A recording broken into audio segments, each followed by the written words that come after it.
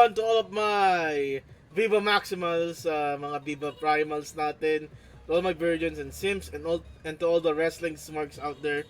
Nandito ako ngayon para i-present ang video na sa tingin ko ang top 8 best buyers para sa World Wrestling Entertainment. So, if you guys don't know the news, Vince McMahon, this crazy dude in this picture, is actually selling his company for some goddamn reason. And yeah, we're going to evaluate. I'm going to evaluate para sa akin yung best buyers for the WWE. Pero bago yon, hayaan muna natin ang ating mga manonood. Let us let our watchers to like the video, subscribe to the channel, hit that bell icon for more of your wrestling content siguro. So, gumagawa tayong wrestling content dito. I am making some wrestling content here. We do some games. If I feel like it, I will play the Siege of Final Fantasy Opera Omnia. And also, I review movies, particularly in the platform of Viva Max.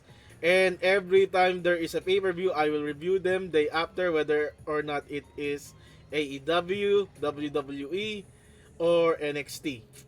So let's get this out of the way.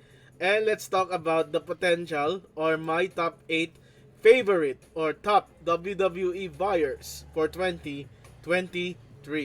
So at number 8 it will be Elon Musk. So based on the reports, I am not seeing Elon Musk in the many names that are involved in the purchase of the WWE, but I think it would be an interesting dynamic if Elon Musk eventually is interested in purchasing the WWE. I mean, we have heard him make waves on Twitter, albeit the wrong way, and I think he's gonna make on the same note on the WWE, but I think it's for the better. I think Elon is a more stable-minded guy than Vince McMahon. I think Elon knows what's for the business. He's definitely not a good manager, I can tell you that. But we see Tesla succeed, but we saw Twitter burn. It's a 50-50 chance on Elon, you know? But who knows? Maybe Elon's boomer mentality is actually gonna benefit for the WWE. It's like gonna be just Vince McMahon 2.0. Maybe he'll just let Triple H be head of creative, so Triple H will not be in a threat. Elon knows. I don't think Elon watches wrestling, by the way. It's just Elon would just buy the WWE just for collection, like how he did to Twitter. But yeah, I'm just putting Elon at number 8. Unlikely, but it's one of the interesting dynamics I want to see for the future of World Wrestling Entertainment. So for number 7, and this is a spicy one. Ngayon, itong number 7, this just recently got in the news lately, so I haven't had much time to put it on the list. But originally, number 7 is Warner Brothers. And guess what Warner Brothers owned back in the day? Right? WCW. So, kung yung Warner Brothers may kakayahan na mag-own ng WCW via Billionaire Ted, I think they are in a pretty good position on buying the WWE. Now, Warner Brothers also own Turner, Billionaire Ted, right? So, kung ganun, it could be a partner with All Elite Wrestling. But then this news came out that Saeed Khan and Tony Khan are actually interested in buying the WWE.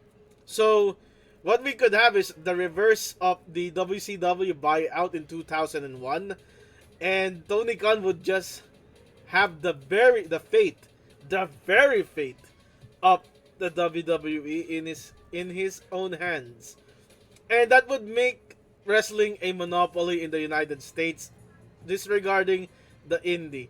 I mean, like, 3 of the top 5 promotions in America are now gonna be held by Tony Khan. AEW, Ring of Honor, WWE. Will we see Casino Royal Rumble or Orange Cassidy versus Brock Lesnar?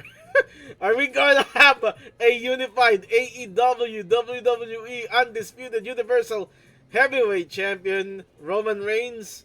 Yeah, I see it as an interesting dynamic, but I'm not all in for a potential wrestling monopoly by the cons, you know? But yeah, it's a fun take. Ay, nakikita ko 'yun, nakikita ko 'yun. Yeah. Forbidden Door. Wala lang Forbidden Door, guys. There's no more Forbidden Door if Tony Khan eventually buys WWE. Well, I guess if he works with New Japan and WWE New Japan definite deal, yeah, it's interesting. It's at least Tony Khan will have the network to show up his Ring of Honor product, not behind the paywall, you know. Yeah, he could just assimilate Ring of Honor, the video library of Ring of Honor, and AEW or the WWE network. Maybe make it the Wrestling Network or something. Anything. Jericho Appreciation Society gonna be headed to the WWE. It's a fun stuff. So number 6, Endeavor, aka the UFC parent company. Now mixed martial arts, Dana White, they have some pretty good deals with the WWE. They gave us Ronda Rousey and Brock Lesnar, and WWE actually exchanged Brock Lesnar for the Brock Lesnar Mark Hunt fight in 2016. That was a shocker. That was like UFC WWE Forbidden Door. So I can see it. Endeavor is actually in the bidding wars for WWE. You know, I mean, after Ari Emanuel agreed to buy 100% of the UFC in 2021, he's a really thick dude in terms of having too much money. So Emanuel bought the UFC to increase the scope of the talent agency's business to live events, and I think that could be might as well go for WWE. UFC deal has been a pretty much parang successful story sa UFC, the Endeavor deal to Endeavor. Generated UFC is generating more revenue than ever, so who knows? Maybe Endeavor is also a good match. As I put it in number 6. Now for our top 5 buyers. Number 5. Number 5, Amazon. So Amazon, famous for being like yung Lazada ng America or something, or ng international couriers or what sellers, whatever, logistics there. Amazon also owns Twitch. So why I put Amazon in number 5, we can see WWE has their own Twitch channel, but if Amazon buys the WWE, will we get some reruns of classic pay-per-views on Twitch? And I think that could be good for business, you know? We can have Twitch parties, watch parties on the WWE Twitch channel with the classic pay-per-views. WWE only runs their Twitch channel when the bump is on. So yeah. Also, we can have further content creator involvement for the wrestlers. The wrestlers contracted by WWE have Twitch channels like Dakota Kai. Sila may mga channel yan sa Twitch. Nag-i-stream sila minsan. Pero dahil nga sa edict ni Vince McMahon dati, pero alam ko binawi na ni Triple H, bawal sila mag-stream. Pero kung Amazon, siguro pwede papayagan na sila mag-stream. Mas it would be good for Twitch, it would be good for the WWE, more exposure for the talents, di ba? And we could potentially have a new WWE show on Twitch. According to CNBC.com, Amazon is primarily around the hoop when it comes around acquiring sports content. They actually got Thursday Night Football, and they were also streaming Major League Baseball games. And as for the network, I think the network would discontinue, and they would just add the video library ng WWE to Amazon Prime, di ba? Ayun. So, another thing na hindi ko sinama sa list pero likely rin nabibili is Apple. Pero I don't see Apple having the guts to buy WWE, so I'm putting in Amazon. I mean Apple TV, Amazon Prime, di ba? Amazon for the potential Twitch deal, di ba? And the video library on Amazon Prime. Number 4, same deal as Netflix, but I think Netflix is more likely. It is, yeah, same deal as the Amazon pala, but more likely Netflix. Netflix doesn't have any sports content, so adding WWE could bolster Netflix's reachability to the audience. Having the uh, having the WWE library could expand, could give them, the WWE Network subscribers, more subscribers for Netflix.